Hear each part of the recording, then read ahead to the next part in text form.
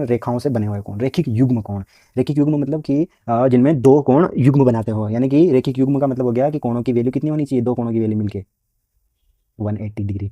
180 degree अगर कोणों की वैल्यू तो रेखिक युग्म हो जाता है, मतलब युग्म का मतलब दो से अधिक, दो एक से अधिक कोण, यानी कि ठीक है। तो शीर्षाभिमुख कोण, शीर्षाभिमुख क्या होता है, सबसे पहले देखो ये अगर दो लाइन खींची हुई है, ठीक है, दो लाइन है, अब इन दो लाइनों के बीच में एक एंगल ये बन गया, एक एंगल ये बन गया, ठीक है।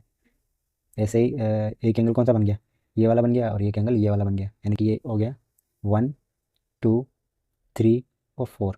अब यहाँ पे देखिए 1 2 3 4 हो गया, तो 1 और +2 ये दोनों को मान के चलिए, ये दोनों कौन से हो गए, रेखिक शीर्षाभिमुख कोण हो गया अपन, ठीक है। ऐसे ही 1 और 2 नहीं, 4 और 3 ये दोनों कौन से हो गए, शीर्षाभिमुख कोण हो गए, ठीक है। आसन कोण, आसन कोण का मतलब क्या हुआ, अब आसन कोण को देखते हैं, ये हो गया नंबर 1 के लिए।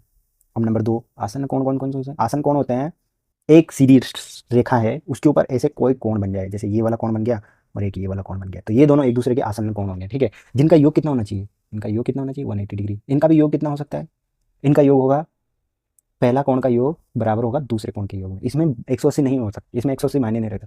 इसमें होता है 180 कैसे बनेंगे, यानी कि कोण नंबर 1 और प्लस कोण नंबर 4 ये दोनों मिलकर कितने होने चाहिए, 180 हो, तो ये दोनों क्या हो गया, आसन्न कोण।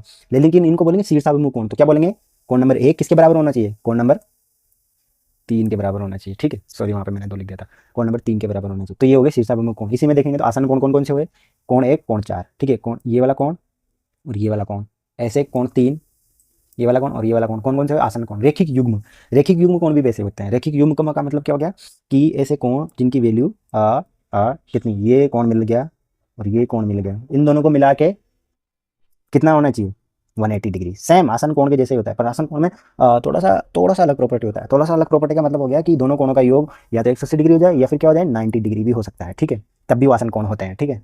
लेकिन यहाँ ऐसा नहीं है, यहाँ क्या होना चाहिए, यहाँ पे 180 ही होना चाहिए इन दोनों का। ये एक डिफरेंस होता है आसन कोण और रेखिक युग्म कोण में, ठीक है।